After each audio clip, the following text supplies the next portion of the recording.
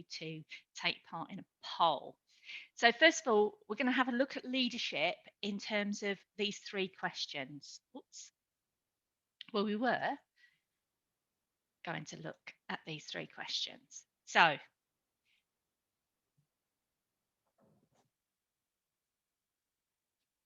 do you believe that leaders can be born, or do you think leaders are made? Got our first poll ready here. So what do you think, guys? You have to press a button for me. Oh, it's coming. It's coming. Nearly there. One more. Yes. Okay, brilliant. So everyone's voted and we've got 73% and made.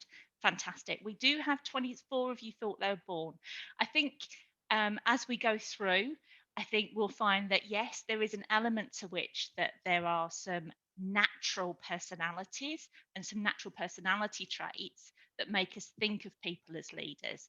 But in fact, well, I would say this actually, otherwise I wouldn't have a job, would I? But leadership is something that can be leaders can be made, and in fact the leader that we are at the start of our leadership journey is very different to that which we are sort of a few decades later, and I would definitely say that I'm not the same leader as that I was at the start of my career. So second poll, do you think anyone can be a leader? Come on then. Oh, it's interesting. This one's a bit more nuanced. Oh, goodness. You are absolutely split 50-50. Yes and no. This might be, therefore, slightly controversial to some of you. Anyone can be a leader. In the right circumstances, in the right situation, with the right support, anyone can be a leader. And in fact, if we look around our organisations, quite often there are people who are key influencers and really leaders of cliques or opinion, even though they don't have any hierarchical leadership in our organization. They definitely have the ability to influence. The years in which I ran manufacturing businesses and I had a shop floor, there was always that handful of people that you knew if you could get them on side, if you were able to persuade them, then they would actually bring the rest of the shop floor with them. They had no more power, in theory, hierarchical power, than anyone else, but they did have influence. So I think we need to think about leadership as something that isn't necessarily always driven by hierarchical power, but everybody has the ability to influence. And we, we know that's true because just look at people who are making obscene amounts of money on YouTube, influencing the way people are buying. Okay, final question then. And can we teach leadership? What do you think, guys? Can leadership be taught? Nearly there. Slightly relieved by the way this one is going. Got 14 of you. Last couple of people. Go on. You can do it. You can just press. No, I can't convince you. Okay. Thankfully, 100% of you have said yes, you can teach leadership. Thank goodness for that. My current career is not over. Yes, we can. And really, today is about going back to basics and trying to remember what this leadership stuff is all about, especially as our entire organizations, our way of working, even our way of life, whether the kids are going to school, how we shop, everything in our world has changed. And therefore, it's probably impacted the way in which we're leading our organizations or our teams or even our homes. So, yes, leadership can be taught, and sometimes we have to go back to basics and remember really what it's all about. So, talking about what is leadership all about, if you look at Google and you type in leadership, you get 2.7 billion results. I mean, this is such a debated and talked about subject. Amazon have got over 60,000 books. Interestingly, though, almost all top leader lists are more than 95% male. And I suspect that, having looked at the list before we started today's session, I know that isn't representative of the leaders that we've got on this call today. So it's still seen as something quite macho, but it's, a huge topic, and people have been writing on this for decades now. So, what do we mean and what are we looking at when we're talking about leadership today? So, this is our principles. This is our kind of way in which we look at leadership. First of all, we have to take into account our operating environment. Um, Obviously, with COVID, with lockdowns, with tiers, with people shielding, with the way in which buying patterns and what people are buying currently are happening at the operating environment in which us and our organizations are surviving at the moment has changed dramatically. um, that has to have an influence on what we're doing. I suspect that many of you are having to do far more virtual leadership, operating in environments like this, Zoom, which maybe even just over a year ago you wouldn't have ever heard of, and now it's, a word that's used in everyday language. Everyone understands about Zoom or Teams or, you know other webinar software is available. I suppose if we were on the BBC, I would have to say. So that's obviously going to have an impact on how we go about these things, so we do have to take that into consideration. But it's something we need to take into consideration to flex what we're already doing. And what we need to think about are three key areas: it's what we do, how we do it, and who we do it with. What we do, how we do it, and who we do it with. I know it just blows your mind, doesn't it? How simple it is. Um, I'm all about keeping it uncomplicated and going back to basics. So, first of all, we're going to look at what we should be doing. This is all about the day job. And now more than ever, it's really tempting to get into the operational nitty gritty. So much of our operational day to day work has had to change in the way that we're doing it or delivering it. We can easily get lost and focus on that stuff. But is that actually what our jobs are as leaders? Well, sometimes when the operating environment changes or we're in crisis mode, absolutely, we need to get in there. But, we can't say that this is crisis anymore. This is our new normal as we, fast approaching the first anniversary. And all of the research is showing that this is likely to be a way in which this kind of hybrid working environment is going to be something that we're going to be continuing to work on even once we get post the pandemic, because of the advantages that people have found. Perhaps not if you're also trying to homeschool your kids at the moment, but hopefully once they get back to school, people are seeing that this more hybrid approach to the working environment is the way in which they want to go.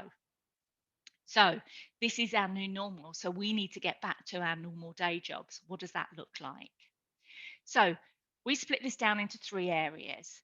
First of all, it's vision. So the work of leaders includes crafting a vision of the new possibility of the futures. Okay? We're really working out, where are we going? What are we trying to deliver as an organization? What does the future look like? And everything that we're then organizing in our organizations should be pointing and moving us towards that overall vision. We need to explore the landscape, find out what's going on. Now, even if you think you've got a really clear vision at the moment, you probably do need to go back to this and constantly look at if anything that's happened in the operating environment, an awful lot's happened over the last 12 months, is affecting the nuance or the direction of your vision. For some people, it might be just a minor change. For others, they might be ripping up the playbook and starting again. We need to be bold. One of the really interesting pieces of research that feels quite scary is that those organizations that really innovate and really invest in innovation and boldness and new thinking during a downturn are the ones who always build back stronger. Those organizations who only focus on battening down the hatches, trying to survive, making it through, if they survive at all, take much longer to get back to pre-recession levels. This is a time to think about new ways of doing things. We have gone up a digital transformation curve in our organizations in the last 10 months that really we were expecting to take at least 3 to 5 years. That's how quickly we've been able to move when we're forced to. What else might we be able to do in our organizations or to take our organizations forward? In fact, this new way of working and this new approach, what might it bring? What opportunities might there now be for our organization? And finally, test those assumptions then. So once we've got an idea about what we want to do a bit of testing, get a bit of feedback.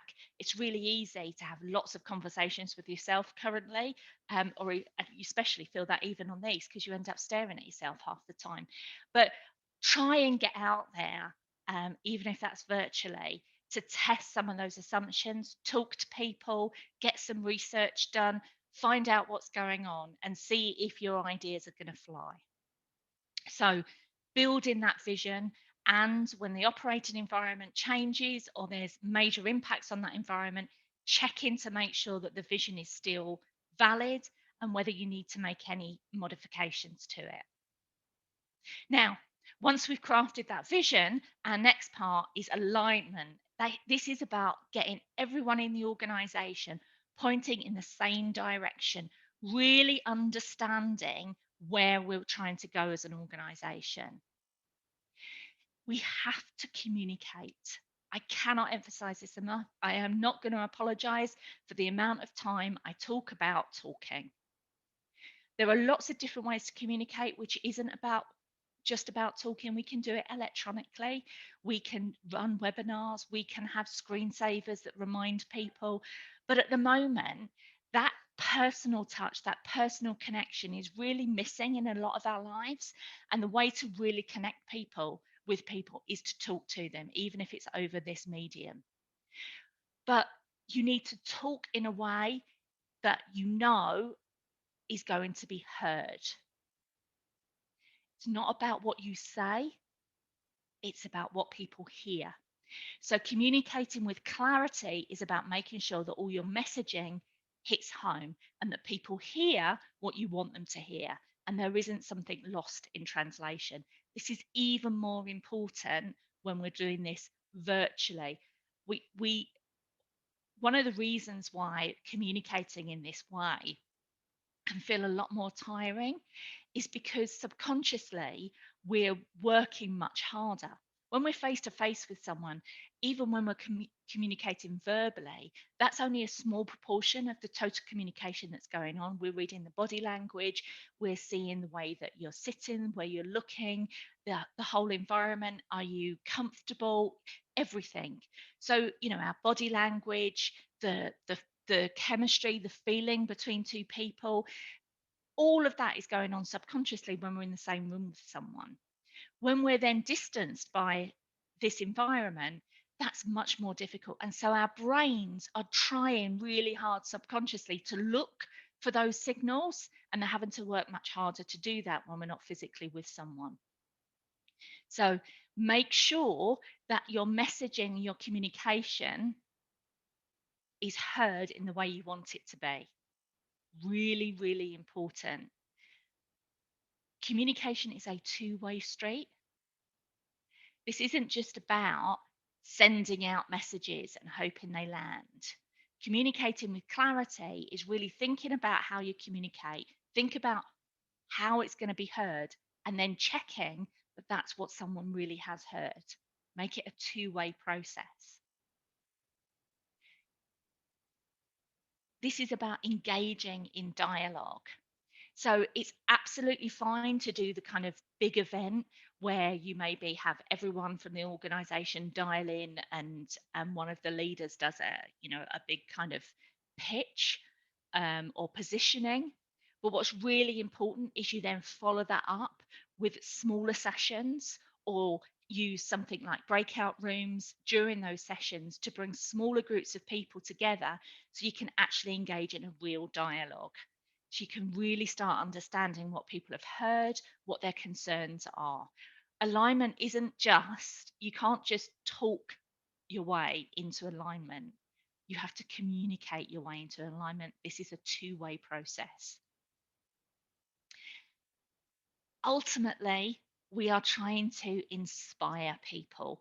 We want to grab their hearts as well as their minds. This is really important because getting someone's mind, intellectually understanding something is really easy. If we think about all the things, it's January, how many of us have made New Year's resolutions? And we've talked about, we're going to lose weight, we're going to do dry January, we're going to do veganary, we're going to work out more, whatever those things are. Because intellectually, we know we should eat better, we should do more exercise, we should drink less alcohol, all of those things we know intellectually that we should do.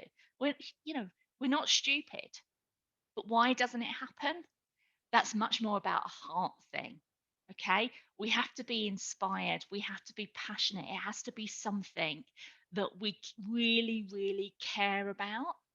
Because on those difficult days, when you've gone from Zoom meeting to Zoom meeting to Zoom meeting, and it's what? Today's the 28th of January, and you get to the end of the day,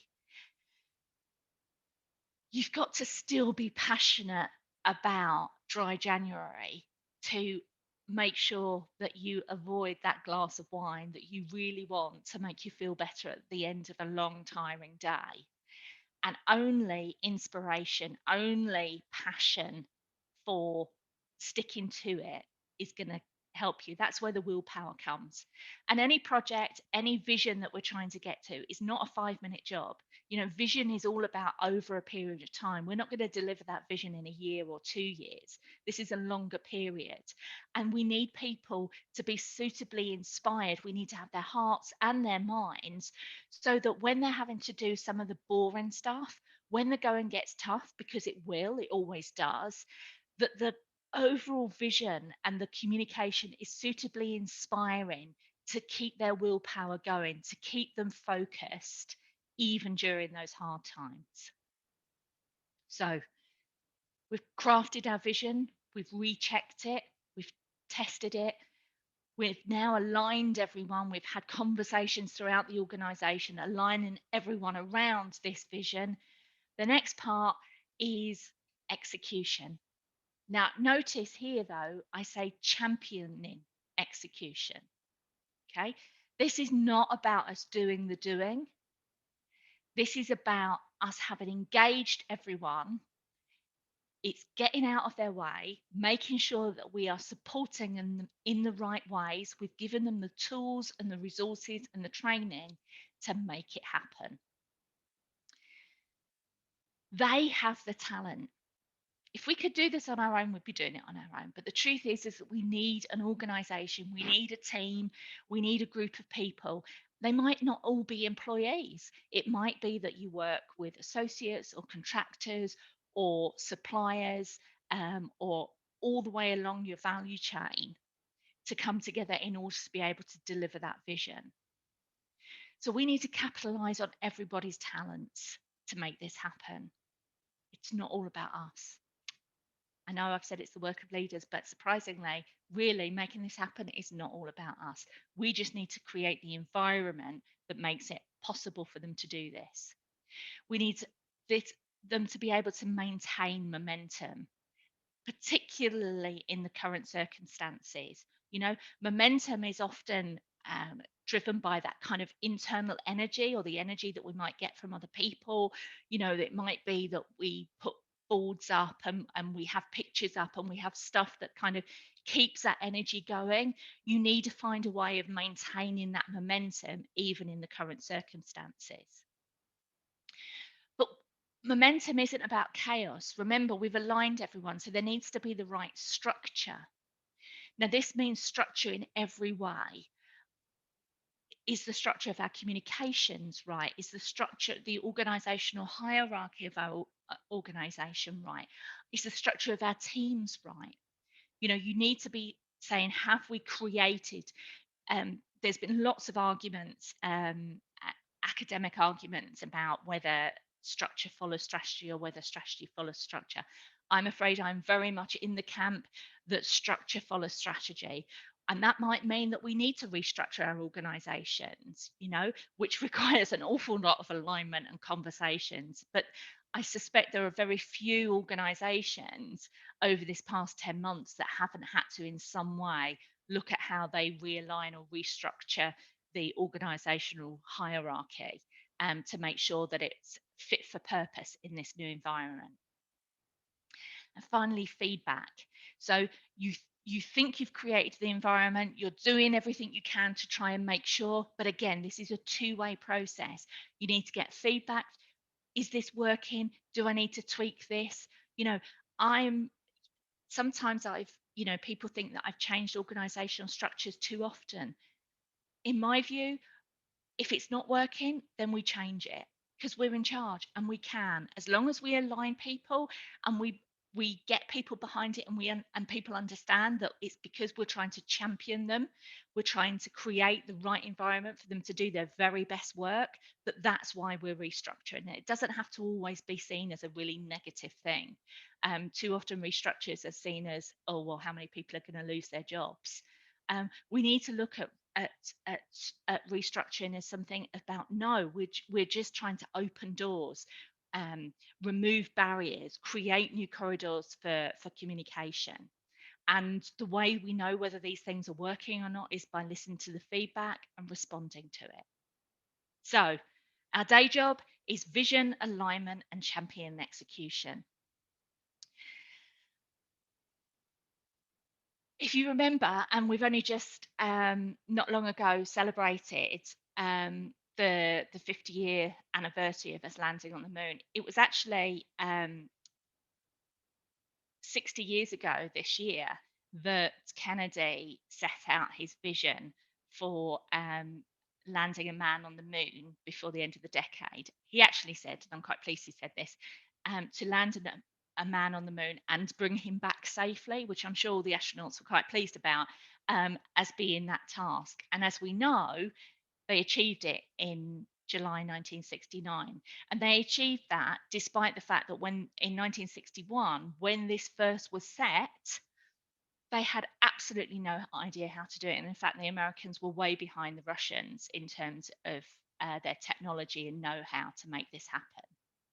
They also made this happen in 1969, despite the fact that Kennedy had been assassinated many years before. So what they were able to do through that alignment, through creating that passion, was, despite the overall original leader of this going, not being there, they'd managed to inspire people such that the momentum maintained, that goal stayed alive, and they still achieved it beyond the end of the decade. We are not going to be the leaders of our organizations or our teams or our areas forever. This is true level 5 leadership. If you haven't read it, I would highly recommend a book by Jim Collins called Good to Great, where he talks about level 5 leadership. And that's really where actually it's all about us creating the right environment, and who the leader is in the end almost becomes superfluous. Those organizations that are able to go on for decades and decades and decades are able to do that because they can continue to be successful despite the fact that the leaders change. Again, it's not all about us. It's about creating the right environment and letting our talent come to the fore. So, just a quick quiz. See if you can, in your heads, work out who these are from the visions. Maybe even shove it in the chat if you want to show off. So, put a computer on a desk. Though I would imagine that there are some days would you be quite happy to put a desk on your computer or through your computer. But put a computer on every desk and every home. This was, of course, Microsoft. Create a video player for those of you who might even remember what a video player is, suitable for home use in both size and price. This was actually Sony way back in 1964. And this didn't actually become a real thing until the 80s. I know it sounds like a long time ago. If you haven't watched it, watch It's a Sin. That'll take you back to the 80s. I'm sure that someone has a video cassette player at some point in that. In fact, they've still got Sony Walkmans in that. I had a whole moment about getting my first Sony Walkman in the 80s, but there you go. Organize the world's information and make it universally accessible and useful. I'm sure most of you will know and be recognize this as Google. Build a place where people can come to find and discover anything they might want to buy online. This is Amazon. Whilst it might have started out as a bookshop, actually their overall vision and goal was never just about books. It was for them to be able to discover anything they might want to buy online. They just started with books. This really was a long-term vision by Bezos. Bring inspiration and innovation to every athlete in the world. This is Nike. So your vision, it's a future that you can imagine. It's broader in scope than a goal. It's got to last longer. You know, it's not something you can just deliver next week or next month. And it needs to create one of these three things: either unquestionable value for the customer,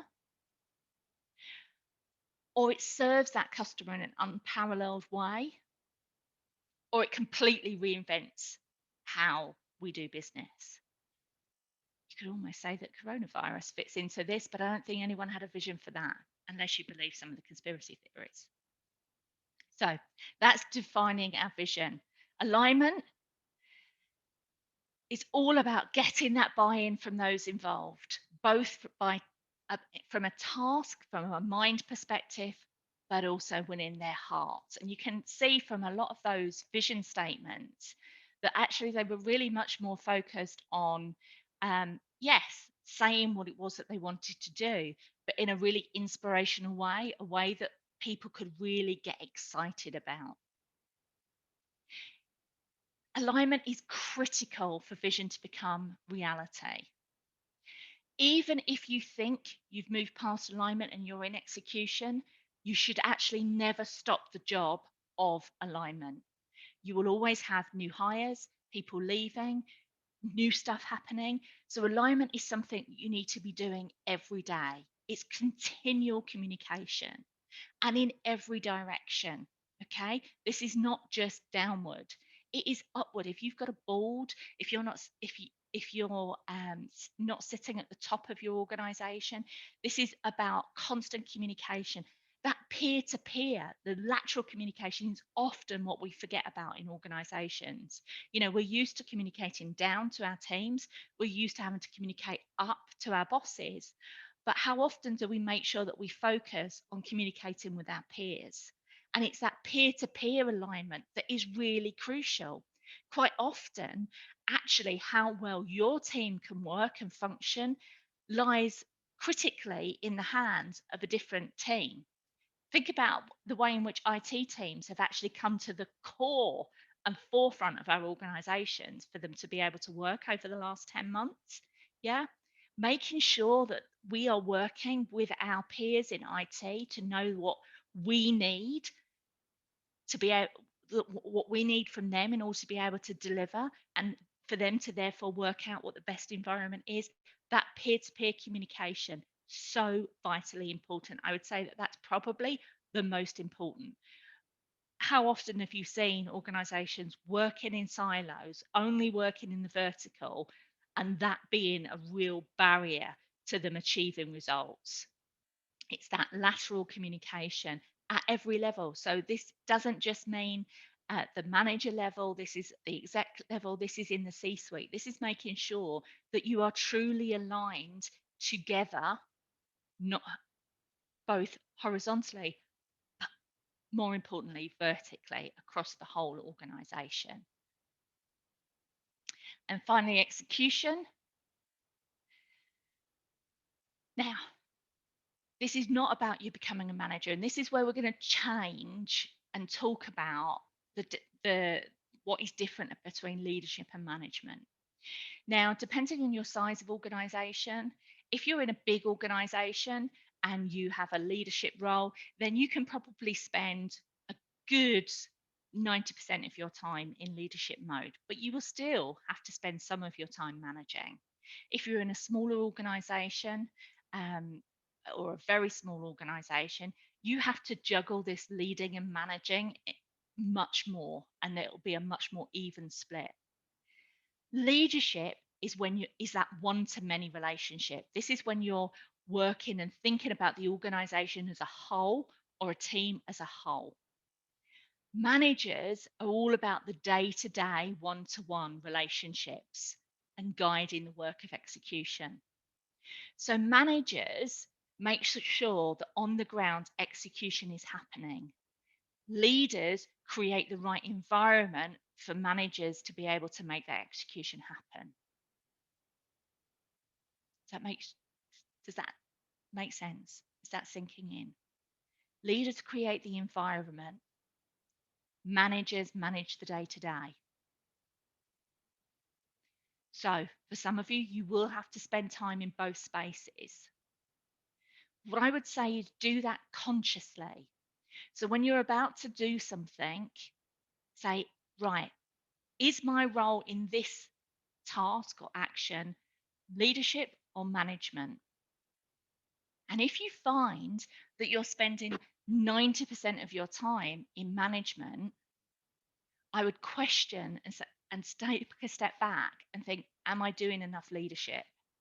Am I spending enough time thinking about my larger one to many relationship around that whole alignment piece?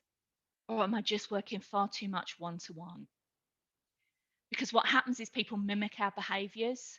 So they work just in that one to one basis. We don't want that. Ideally, we want people to act as inspirational leaders in their own rights throughout the organization, especially if we're managing managers. So don't teach our managers bad habits by micromanaging them. You need to do some management with them, but make sure that most of your time you're spending leading them. We're there to ensure the strategies and the people and the talent is in place to make the vision a reality. Managers and the talent make it happen.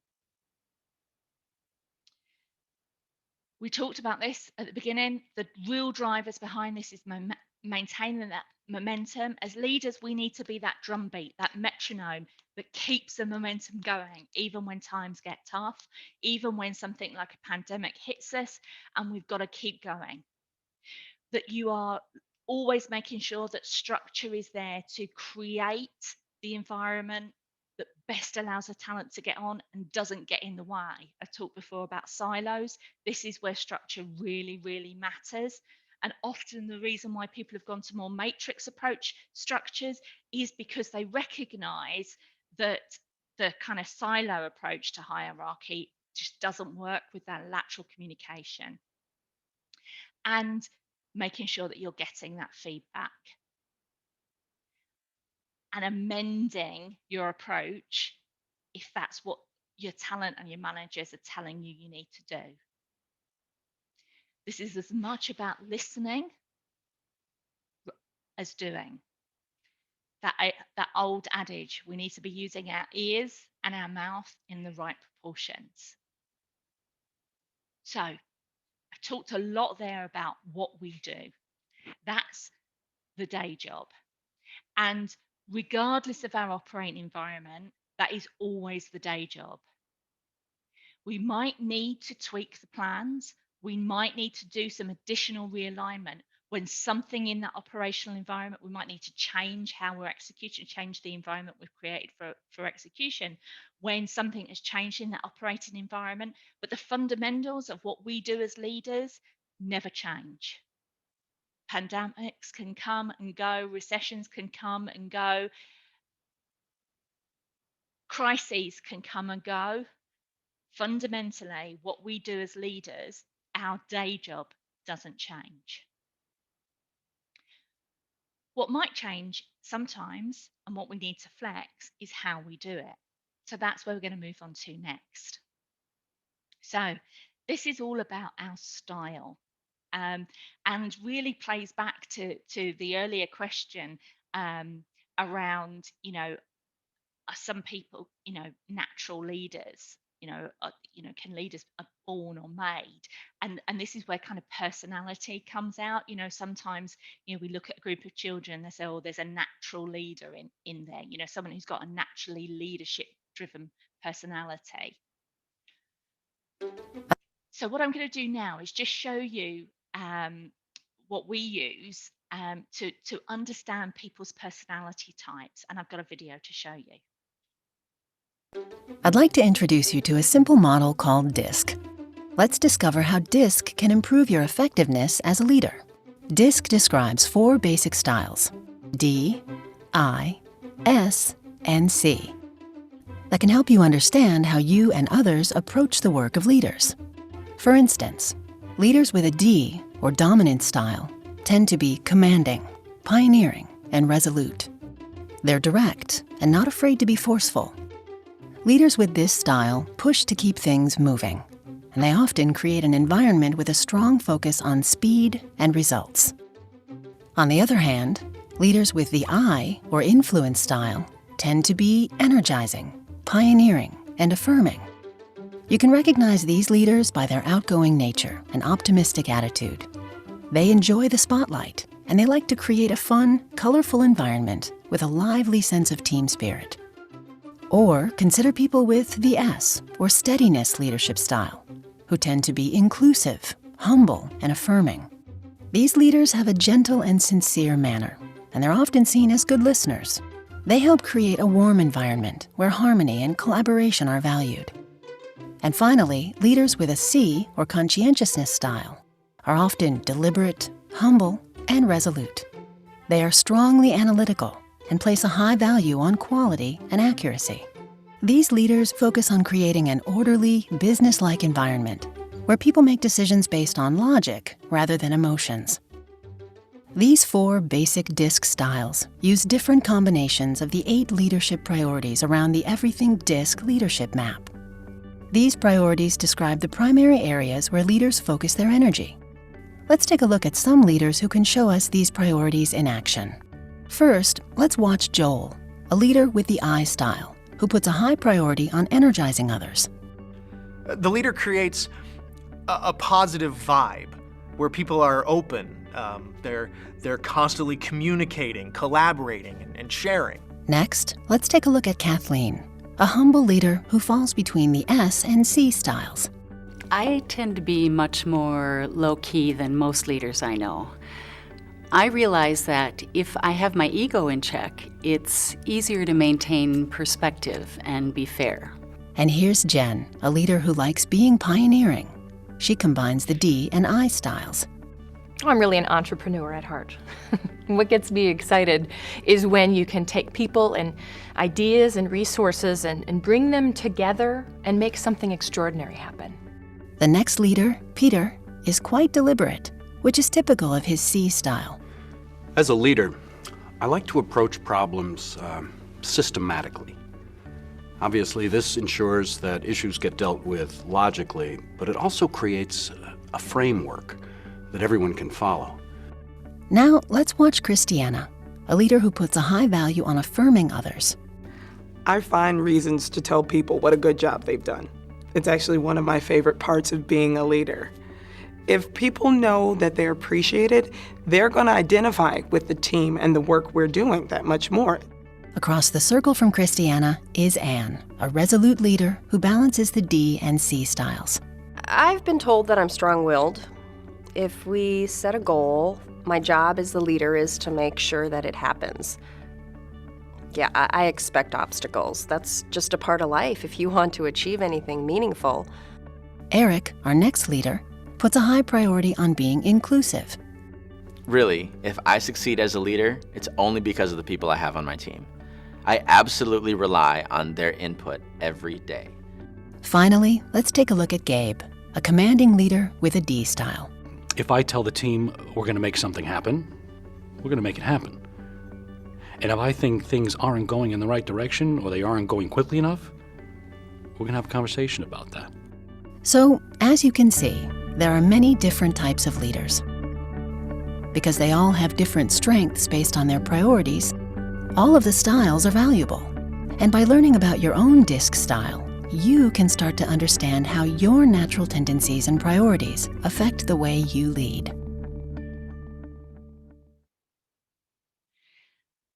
I love that video, but as a D style myself, I have to say I'm with it all the way and until he says, and if we don't deliver, we're going to have a conversation. And that does feel a bit like the Godfather and Horses, Heads in Beds pace. So you can see there that actually, genuinely, any personality can be a leader. They'll just approach it differently. So those that we might naturally identify as natural leaders are probably those who are the more lean more naturally towards the D style. So they are the ones who will stick out obviously to us in groups or in teams or when we see children. But that isn't to say, and I hope that some of you were able to recognize yourselves as we went round that circle, that there isn't different approaches and different styles. And this is really the key thing here. First, you need to understand where your base personality style is. So I'm a D and I'm a very high D. Um, and I think most people who've ever worked for me would not be surprised to know that my natural style is a commanding style. But that isn't an excuse, okay? Just because we've got a natural style, we are all capable of operating anywhere around this circle. I'll say that again. We are all capable of operating anywhere around that circle. It's just about how much work it takes. So for me as a D style being commanding, that's really easy. You know, in a crisis, am I going to step in and make stuff happen? Absolutely. But I have to work a lot harder on being inclusive. Now, as a D style, am I saying, well, I'm just not inclusive, that's just not my style? No, that's not acceptable. We need to be exercising all of these muscles at the appropriate time. It just means that it takes more effort. I have to stretch further. Imagine yourself as a tight elastic band when you start out, about where you are on here. And then the more you exercise and the more you stretch an elastic band, it doesn't go quite back to its original size. So if you take the affirming style, I learned some tricks. You know, I learned some ways of making sure that I did regular praise. And, you know, I had to do it consciously. I don't know if you've heard of that kind of 4 steps where, you know, you're unconsciously incompetent, then you're consciously incompetent, so you're bad at something, and now you realize you're bad at something. Well, the next step after that is consciously competent. You have to put effort in to doing something well, and then it becomes a natural habit. This is all habit forming, and where you are unconsciously competent. So now it comes naturally to me to send a note to someone to say thank you, to praise, because I've worked really hard on stretching that muscle. So what does that all of this mean about how we do things? We need to understand where our natural style is, but we also therefore need to work out, in whatever the circumstances are, what's happening in the operating environment and who we're working with, what the appropriate style at that moment is, and make sure that we don't just hide and apply like a hammer. You know, my dad was dreadful at DIY. And basically, his favourite tool was the hammer, because if he didn't know what to do, he would generally hit it with a hammer. And that's what just sticking to your personality type and your approach to leadership is.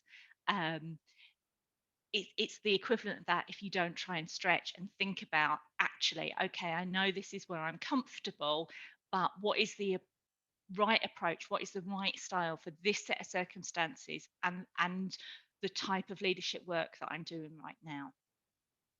So, how do you know where you sit? Well, a quick and easy that you can take tests and you can do it, but this will give you a very kind of quick dip guide to how you work out what your style is. So first of all, are you fast paced and outspoken, so quite bold, dynamic, assertive, kind of commanding style? Or are you more cautious and reflective? Yeah, bit more methodical, uh, slightly slower pace. You kind of like to think about things before you do something. So where do you sit? Do you sit at the top half or the bottom half of that vertical? And then we look at the horizontal and we say, are you more questioning and skeptical? This is around logic. This is really being quite objective, very structured in our thinking. Or are you more accepting and warm? This is much more empathetic, more kind of people focused rather than logically focused. So, where do you sit across that horizontal? Are you more towards the question and skeptical side or the accepting and warm? When you've answered those two questions, you can then work out where you sit and what your natural style is. So, if you are both fast-paced and outspoken and questioning and skeptical, you would naturally move towards that D style. If you're cautious and reflective or accepting and warm, then you're more likely to be the S style. And this is where the opposites attract, because I'm very much a D, but I'm married to a lovely primary school teacher and he is such an S. So don't know how it works sometimes, but it does. But equally, it means that I really don't understand him. Sometimes we are very much opposites on the wheel. Some of you might have heard of Nigel Risner. He had written a book called "It's a Zoo Round Here." He uses animals rather than the discs to talk about it. So D style he likens to a lion. The I's are monkeys. S's are the dolphins, and C's are the elephants. And this wheel here gives you an idea of some of the words that are associated with the different styles. Remember, your natural style is a comfort zone. It's what comes really easily to you, but it's not an excuse. We all have all four styles in us, and we're capable of moving around that circle at any time. And whilst D's might appear to be the most natural leaders, actually, everywhere around that circle has value. All the styles are equal, and no one makes a better leader than another. They might appear to be more natural leaders.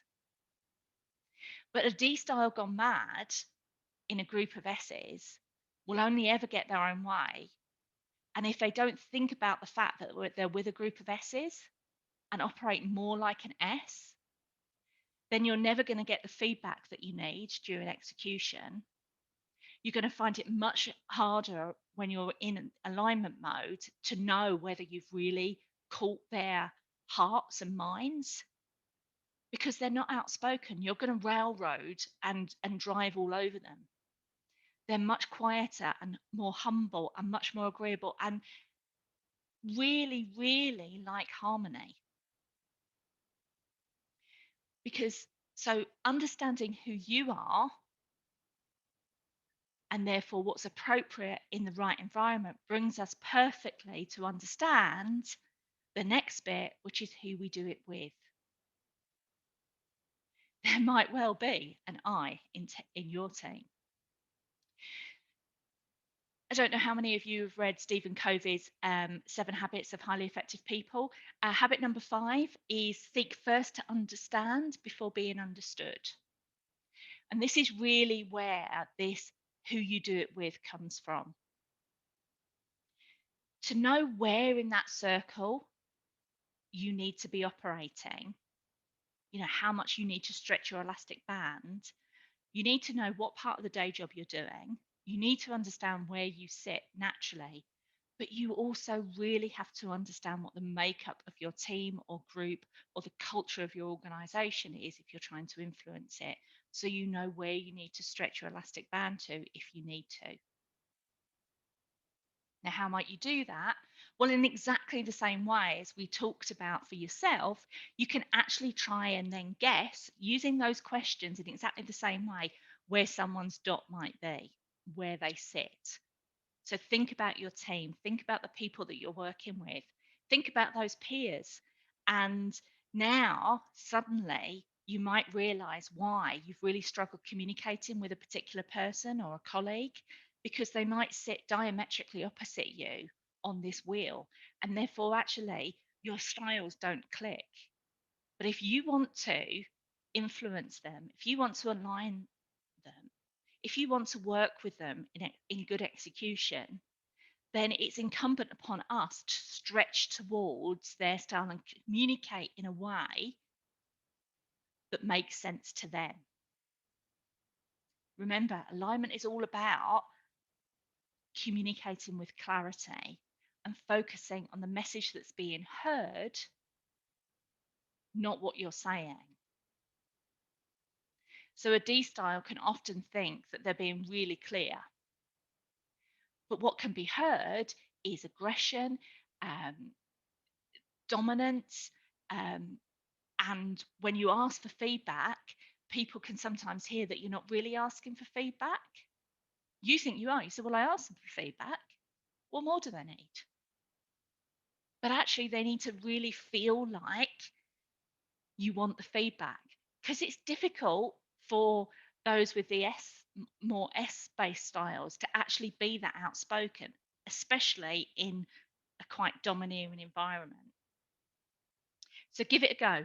Work out how your team operate, how some of your colleagues operate, and then try and stretch that elastic band to meet them. Because this is what's so important about who you're working with. Again, it might be that the zoo analogies work better for you, and or even buy a copy of the book for everyone in your team and see if they can identify themselves. Um, you can use we use everything disc. There's lots of disc tools out there for you to get a quick idea about who you are. Plot the whole team on a circle, and see why either your group seems to work really well or it doesn't. And don't assume that a cluster of people is all the same are really good. Sometimes I think consensus is something that we should be quite wary of. If everyone's agreeing straight away, my immediate thought is, what haven't we thought about? Are we all just too alike and we're all thinking of the same thing? You probably need to make sure that you've got a bit of a mixture in there, so that you do have people kind of challenging that status quo, but they're clear that's their role. And if people understand that, then they'll be far more accepting of some of those behaviors. It's like, actually, we need your D style right now. We need you to challenge some of this, because remember we looked at in vision, we were talking about challenging some of those assumptions and about boldness. We're going to need that. Our S's aren't necessarily always the most bold. So in times like this, we might need a bit of D in the team to kind of help us be a bit bolder. But equally, when we're trying to understand how people are coping in this environment, whether what we've the tools and the resources that we've given everyone to work with in this period of time are working for everyone, that's when we might really need some S input. That really kind of empathetic piece, which helps us really make sure that we understand, you know, the D's and C's can be quite logical, and they kind of go, well, you've got a computer, you've got internet, what's the problem? Yeah. Whereas the I's and the S's will have a much more nuanced view of the things that might be impacting. So even as an executive team, it's worth making sure that you're not all clustered in a particular quadrant or around a particular side of the circle, and make sure that you maybe even co-opt people into certain discussions to make sure that you're getting a blend of styles when you're thinking about creating that right environment for execution, to make sure that you're creating an environment that's going to work for everyone. When you're looking at alignment, ensure that you're creating um, a way of communicating that will appeal to as many people as possible, which is why you might have to communicate in different ways in order to capture different groups. Really, if you've got some eyes, when you're in that alignment phase and you're trying to get that inspiration, they will be the best people, because sometimes just being around the monkeys of the group actually just cheers you up. Just suddenly you're enthusiastic without even realizing why you're enthusiastic. You know, maybe that's why Tarzan kept Cheetah around. But I think anyone, seeing a monkey laugh is just one of those things that you just can't help laughing as well. It's that human response in us. Um, it's you know the C style is perhaps not the style that's really going to capture the minds, absolutely, but your eyes are more likely to help you inspire and capture the hearts of people. So you can see how both flexing your style and using the benefit of the styles of the people that you've got, but also more importantly understanding them, helps you understand how to work with people. So I'd like you to just watch this quickly and see if you can guess between Tom, Sally, Stephanie, and Dante whose style is which. Think about the circle, think about the two axes, and try and identify whose style is which. The board wants an update on the Galaxy project by Friday. Well, what do you think they mean by update? It's got to mean they want the prototype. That's what they've liked in the past. Well, it makes more sense for us to develop our project plan and set some clear deadlines before creating a prototype. Well, is there any reason we can't do both? Actually, this couldn't have come at a better time, and I think it'll end up being really great for us. It's always been easy for me to see the bright side. So I mean it when I say that this will be good for us. I really do my best work when I'm on a team and we're all collaborating and brainstorming together. It feels like you're a part of something special. And that's pretty cool. So where were we? Well, should we start with the project plan? Oh, definitely not. They will want the big picture, which is why we need to focus on the prototype. We'll look unprepared if we don't have a plan. I don't think we should just slap something together. But what if we include some new features? That'll really wow them, right? I mean, we could whip that up by Friday, right? People always underestimate the amount of work that goes into whipping something up. I like to plan ahead and be prepared. It's important to consider all the angles of a project and develop a sound strategy for moving forward. It takes time at first, but it's time you save in the end because you get it right the first time. There's no way we can develop a project plan and a prototype with new features by Friday. Exactly. Another reason to just focus on the prototype. So here's the thing. I'm not just trying to get my own way. We've been here before, and I know that the prototype works. And I know that I'm not the boss. I just have a tendency to take charge of meetings, projects, conversations, people, yeah, pretty much everything. It's just I can see the path we need to take to get the win, and I want to get us there quickly so we can move on to the next challenge. Okay, but if we're thinking of adding features, we need to talk to the other departments so that they can have input and they don't feel left out. That is a good idea, Tom. Plus, we'll have more people on our side. I'm gonna set something up.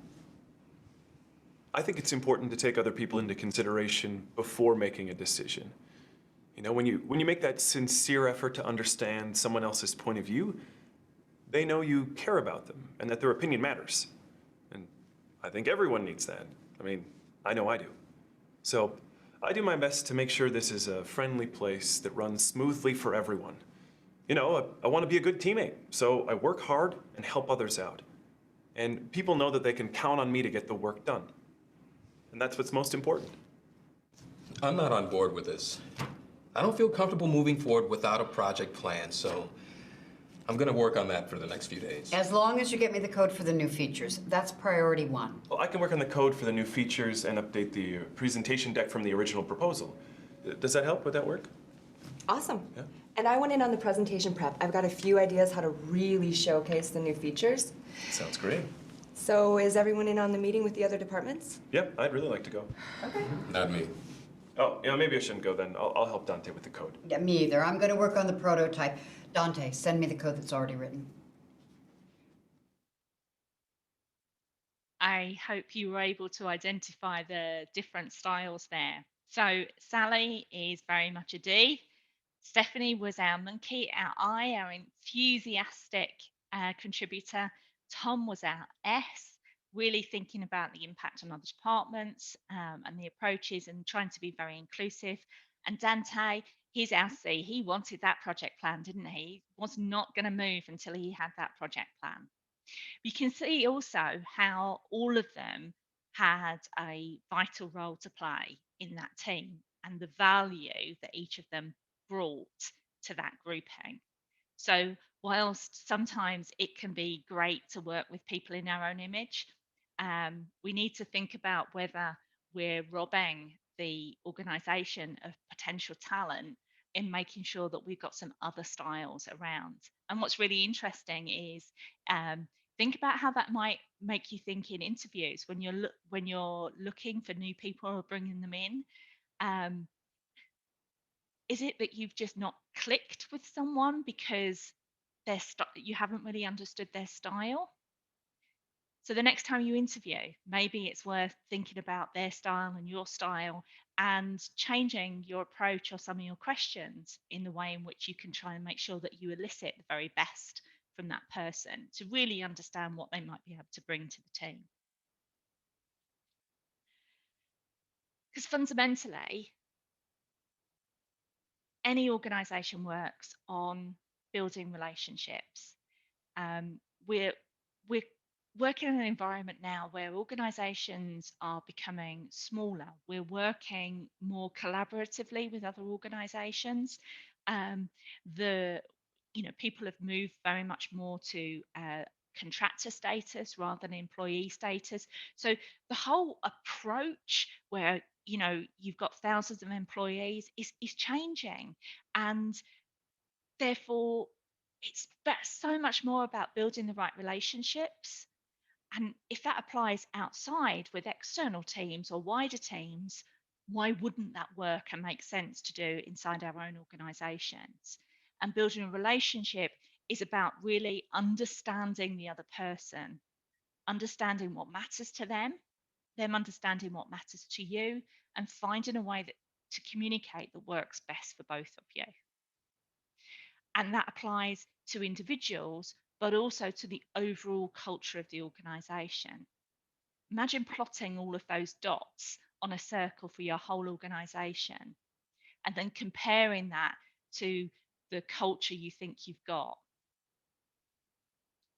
And maybe even compare it to the culture you think you want. And actually, whether the mix of people is actually weighted against you really being able to create that culture. It's been quite interesting in certain industries where you get the kind of stereotype as typical employees, so in like tech businesses and things like that, because, there is going to be a certain personality type that's attracted to certain types of work, but equally, are they missing out on bringing a wider mix of people in to make their products or their service much more open and benefit from the talent of a much wider group of people? So We need to build relationships outside of our comfort zone and across our organizations and across our whole supply chain and with our customers. And this works in terms of our customer relationships as well. You know, you think about that customer that you perhaps haven't clicked with. Now think about, well, how could you present something in a way that makes sense to the customer? So I'm just going to recap then on our leadership principles, and that'll give us a little bit of time for questions. We have to understand our operating environment, and we have to go through and review all of these things in light of this operating environment. And I know it's really tough at the moment, and we can be hesitant to do or change or influence anything. You know, that sometimes it's just like, well, we're just going to sit tight and let the wave pass. Well, I don't think the wave is going away anytime soon. So we do need to respond to our current operating environment. And then we need to look at what we do. Vision, alignment, execution, regardless of the style in which we do it or the operating environment in which we find ourselves in, that's our J job. Vision, alignment, and execution. Make sure that you're spending sufficient time in and doing that leadership day job. And be careful that you haven't slipped into managing most of the time. And then we looked at how we do it. So we start to understand ourselves, our approach, who we are, where our natural style is, and therefore, in the things that we want to do and achieve in that day job, how we might need to stretch our natural style to other areas on that circle to make sure that we really are delivering the day job. And finally, who are we doing it with? Building relationships, real relationships where we truly understand the group of people that we're working with. We understand the types of communication that works really well for them and what doesn't, the environments that work well for them and that doesn't. And whether we've really got sufficient mix of different types of people and personalities and talent to bring the very best of execution to our organizations. Remember, we set the vision, we set the alignment, we set the execution environment, but it is our talent, our people, our relationships that will then ensure that that vision becomes reality. I hope that you found that really useful, and I'm happy to open the chat and come over to you if anyone's got any questions. Oh, there you go. I'm just going to look up there. Laughing in agreement with the husband. Disc training, it is fascinating. I have failed, Sharon, to ever do the disc stuff with anyone, and then not be lots and lots of aha moments in the in the room. It's amazing. Oh, we've got an I and a C together there.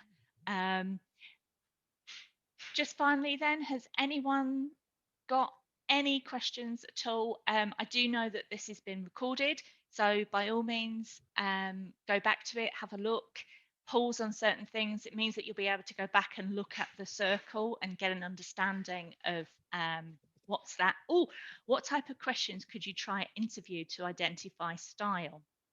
Brilliant, Robert.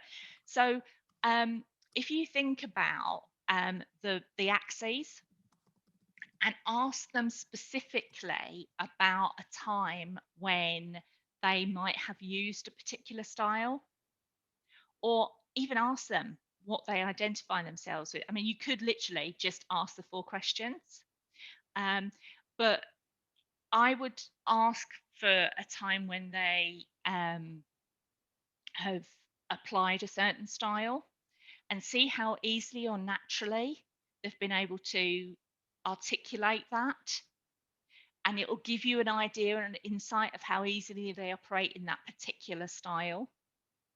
Also ask them for some language, how they would describe their approach or their style, and quite often really listen to the words they use. And you can probably almost do a tick box exercise on the words and kind of put them, in somewhere on the circle based on those words that they use. It's best as much as possible to really listen to their own language. We give ourselves away in our own language. We saw that on the when we were trying to pick whose style is which.